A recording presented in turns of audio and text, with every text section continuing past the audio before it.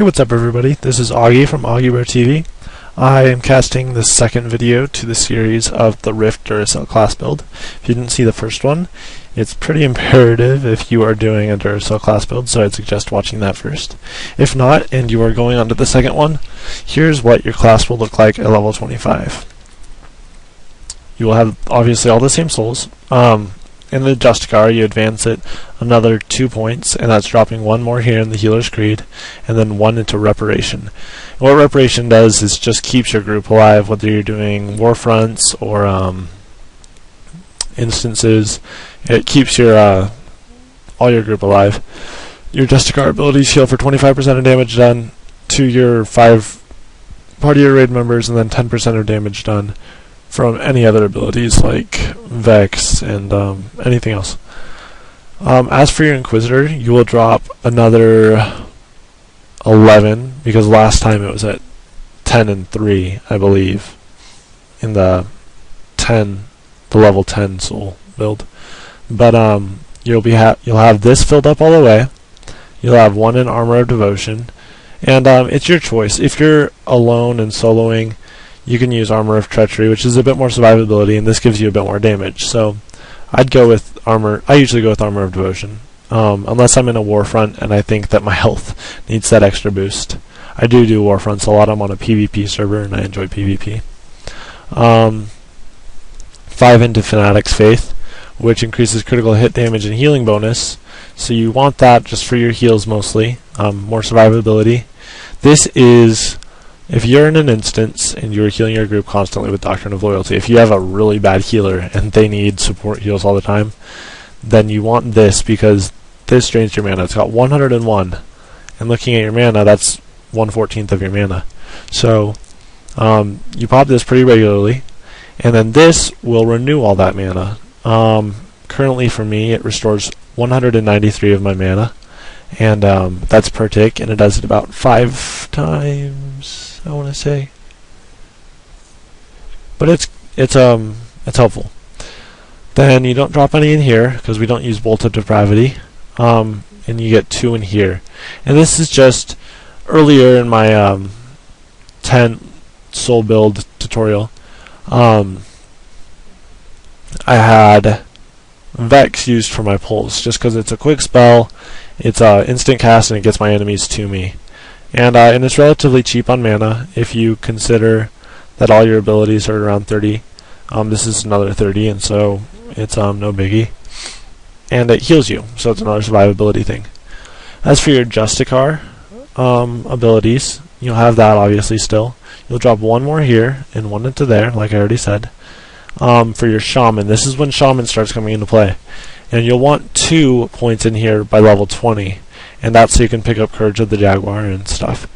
But you'll pick up all of these, and 1 here, and then 1 there. And you'll fill this one up eventually all the way when you move up the tree. But as for your macros, well, first of all, I'll go through buffs. You'll want Vengeance of the Winter Storm. This is the one that increases your damage, remember.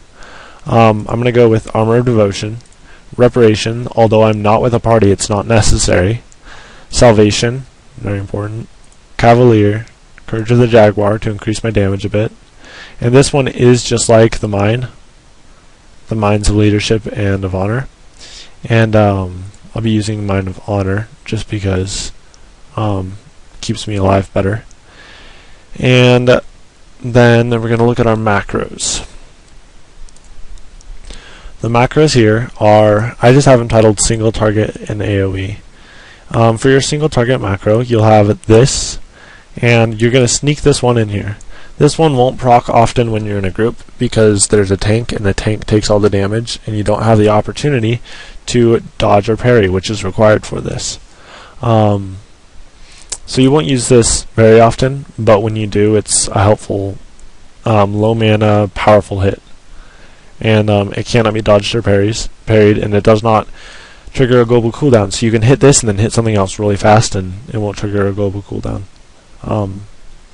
So it's a lot of DPS. You can double your DPS with that one little hit in there.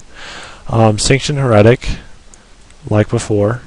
Lightning Hammer came in with our Shaman build, and Bolt of Radiance right here, and then Strike of Judgment. Strike of Judgment is usually always last. It's just the hit you add on at the end to keep gaining convictions, and it's helpful. You want to use it. If you are tanking for a group and you have Mind of Leadership on, jeez, I cannot talk.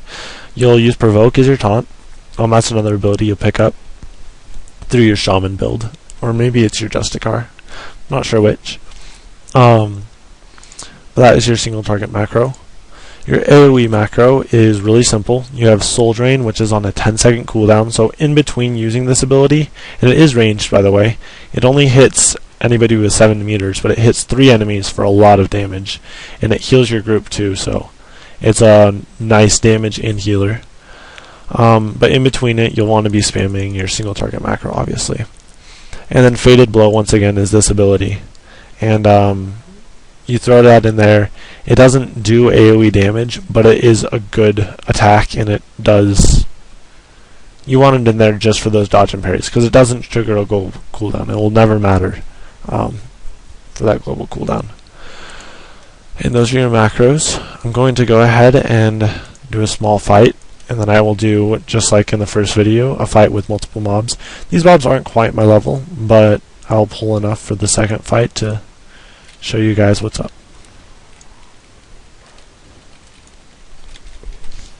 Spamming the single target macro. I didn't pull with Vex that time. I probably should have, but if you look at it, my health is pretty high. This is a low level mob, but still pretty high. Here we go. I'm doing the Vex spool, and I'm going to pull 4 guys. Not him, him. And it looks like this is the caster, so we have to go to him. I'm going to use my AoE ability, show you guys what that does. And it did heal me for a good amount of damage, so it's definitely not something to be forgotten. I'm going to use a heal. Puts me up about 20%. And my gear is pretty low right now. I'm actually still wearing a copper hauberk. I can't equip my... I do have a bit of iron gear that I crafted that I'm waiting to use, but... There we go. My health was getting low, so I went ahead and popped another Doctrine of Bliss.